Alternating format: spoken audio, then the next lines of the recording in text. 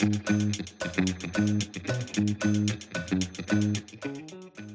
Jeff Benna. I'm a realtor with Remax Real Estate Services here in Vancouver. I'm Andrew Hasman, also with Remax here in Vancouver as well. We're creating this video today to talk to you a little bit about Bill 44, the Building and Strata Statutes Amendment from last week. Now, we're better realtors than lawyers, so For that reason, if you're planning on buying or selling real estate, doing anything with your real estate portfolio, always contact your trusted financial advisor or tax planner before making a decision. these are just our views on real estate, and which we know a little bit about. So Premier David Eby last week proposed a bill. It received royal assent and became law last week. There's some changes that have happened, some pretty big ones. So stratas can now hold virtual meetings without a required bylaw change. Bylaws restricting rentals and stratas are no longer in effect, nor can they be added. And age restrictions other than 55 plus years are now no longer enforceable. So, Andrew, what do you think these changes are going to mean to the business, to the industry? I just think I'm just so surprised how quickly this came down. I think it took everyone by surprise. Selling real estate for over 30 years and selling a lot of condos, rental restrictions and just restrictions in general regarding pets, rentals, age.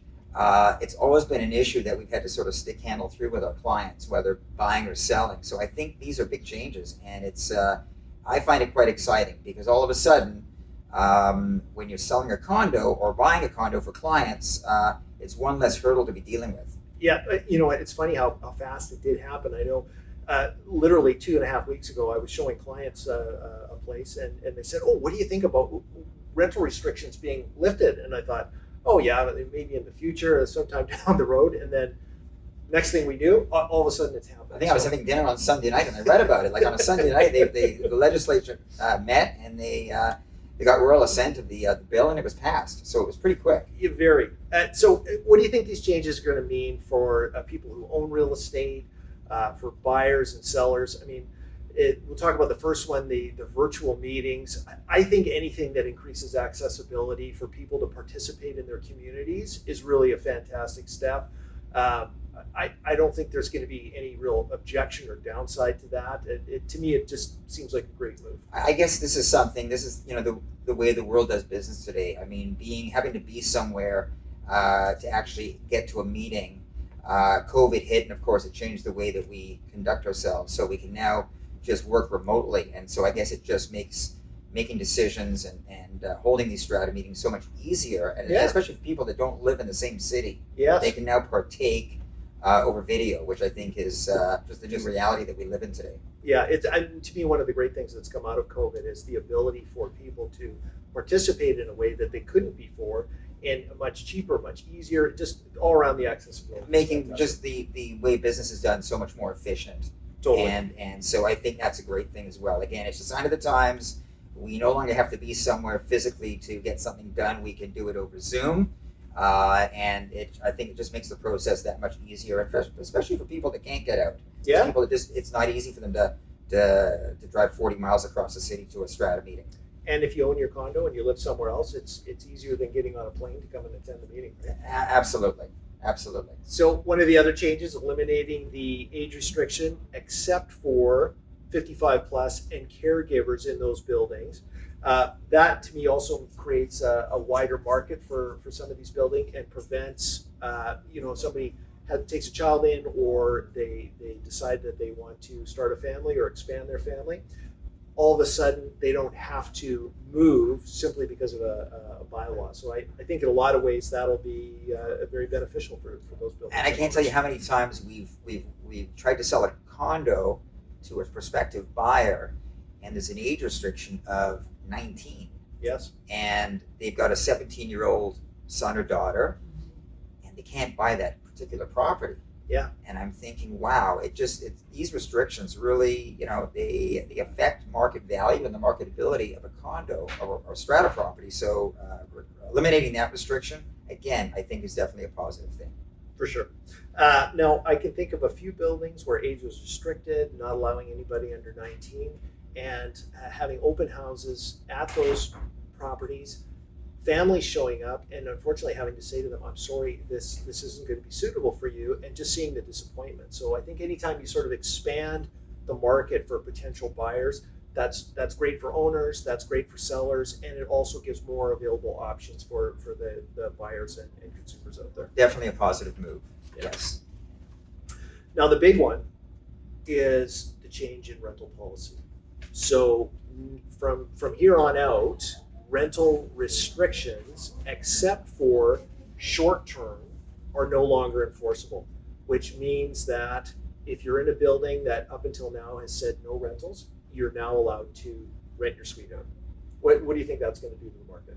Well, I just think it's, again, 3 weeks ago, if someone would have said this was coming down the pipeline, we would have sort of like, our ears would have perked up. Yes. This sort of hit everyone by surprise. But I can definitely see why David Eby is trying to open up the rental inventory in the city. Yeah. And this opens up, I don't know how many, but tens of thousands of potential rental units to the marketplace. The number that I heard Yeah. was 2,900 of people that I guess are declared that are not having to pay the empty homes tax in Vancouver because there's a rental restriction that doesn't allow them to rent it. So once that is eliminated, then all of a sudden those suites will come to the market. You've got a lot more potential supply coming to the market, at least in the short term, and that'll probably get absorbed fairly quickly. Mm-hmm. And then it also allows, it's, for anyone that owns a condo in a building that had rental restrictions, now those restrictions are gone. So for marketability, when you come to resell, it's got to be a positive for market value. It's got to enhance market value and marketability of those suites for those people that own those units. What about I know, when you're selling a suite, you want to have no rental restrictions. It seems that the market is more liquid, there's more available buyers, and there's that sort of thing. But all the time too, we've said, sometimes living in a building, it's nice if there are some rental restrictions. Is it going to make a big difference for people and how they live and who's living in their building if those rentals are restricted? I think by and large, people are just people and they just need a place to live, right? Yeah, I can totally understand. We have clients, some of our mature clients, they want to purchase into a strata condo building and they want it to be mostly owner occupied. Yeah. So they actually want a rental restriction. But I think they're the minority in numbers. I think it's more the other way where people today are so much more mobile today than they were 25 years ago. Yes. So young professionals, ages 25 to 45, many of those people today, they'll take a job, but they can work remotely. They don't have to work in the same city where their office is. And so they want to have the flexibility to move around. Maybe they want to take a year away, and they don't want to have to be forced to sit with a vacant unit. Now they have the ability to rent it out on a 1-year lease or longer. So they have that flexibility. So I think when you have that flexibility, it's potentially a good thing. We had some clients recently. They purchased a condo. They absolutely loved it. Total rental restriction and just an unforeseen life event. They had to basically move 2 months later to another city. And they didn't want to give up the rental that they had, or the condo that they bought, but they weren't able to rent it out, so they had to apply under hardship. So this is one of the other things that's really great about this is it gives people more freedom on how they're going to work with the places that they own, and anybody currently renting under a hardship or a distressed rental, then those are just automatically you're just allowed to rent your place. The hardship thing now is gone because Yeah. there's no more rental restriction. Exactly. We have a client, same thing, bought a property last year, situation changed, wanted to be able to rent it out. Yeah. Preferred not to sell it because the market's gone down. He was going to take a substantial hit on what he was going to sell it for. Yeah. And the Strata said no, but now he's probably going to delist the property Yeah. and put it up for rent. Yeah. So that brings me to another point is that I think that in the next few weeks and going forward, in the past where condo owners might have sold the property because they couldn't rent it out and they had no longer a personal use for that property, are now going to opt, instead of selling, they're going to actually rent it out. Yes. So we're going to see a drop in potential condo inventory on the market. There's going to be a drop in condo supply, Yeah. which then potentially puts upward pressure on price. Yes. So there's a lot of things that are happening here that some are good for the market, some are maybe not as good, but definitely there's going to be some impact from what's going on. I think anything that we're doing that really increases the availability of places for people to live, be it by rental or by ownership, it to me is a good thing. And I know new construction, buildings that have built in the last 10 or 15 years, those buildings haven't been allowed to have rental restrictions in them, and there hasn't been anything disastrous that's happened with them. So this is primarily looking at some of the older buildings that still had those rental restrictions. And as we said, this doesn't change anything for short-term rentals, Airbnb, and that sort of thing. If that's not allowed, then it's still not allowed. That's right. Those bylaws are still in effect. So no Airbnb, no VRBO. That's out. It's just strictly the regular longer-term tenancies, which are affected. And again, like you mentioned, like for instance, if you look in the downtown core where there's numerous high-rise buildings, most of those buildings have, not all, but most of the newer ones built in the last, say, dozen or so years. Yeah. There's no rental restrictions. No. And life goes on just fine in those properties. Yeah. Exactly. Yeah. Okay. Now, what's happening in the market? What are you seeing out there? Well, it's been since March the 1st or March 31st when the Bank of Canada first raised interest rates. We're up. Yes. I keep forgetting, it's at 350 or 375 basis points, but the increase in interest rates in that several month period is unprecedented. It really is, and obviously the effect is a much slower market. Buyers have been not been forced, but they've decided to sort of hold off on their plans to purchase. Many of them hit the sidelines, and the same thing with sellers. People are reluctant to sell into this market, so we've seen a drop in supply, a drop in buyer demand, and so it's a much slower market. Yeah. But that being said, more normal. Because we all, in Vancouver, we got used to homes selling in a matter of hours or days, right? Yes. Not realistic, right? I mean, I can think of the times where, in the past, you'd list a $3, $4, $5 million property, and within the weekend it would be sold.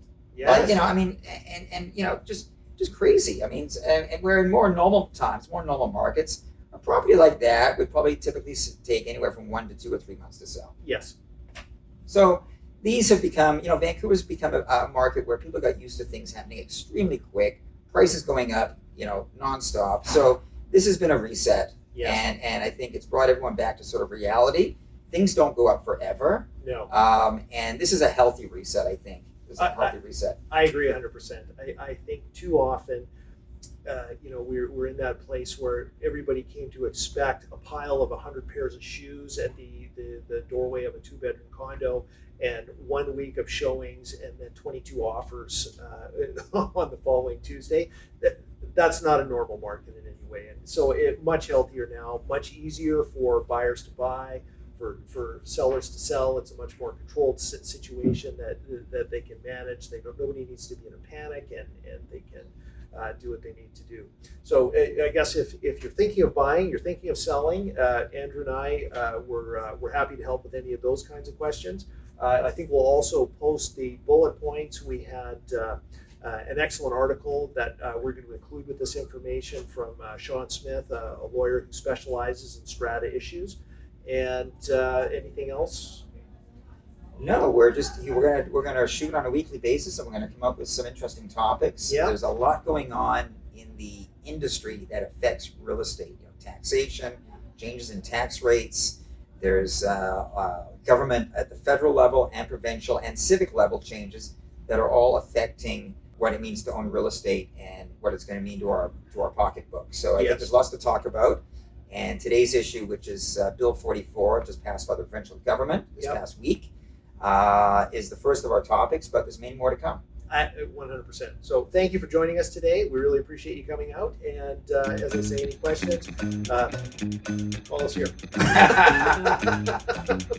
See you soon.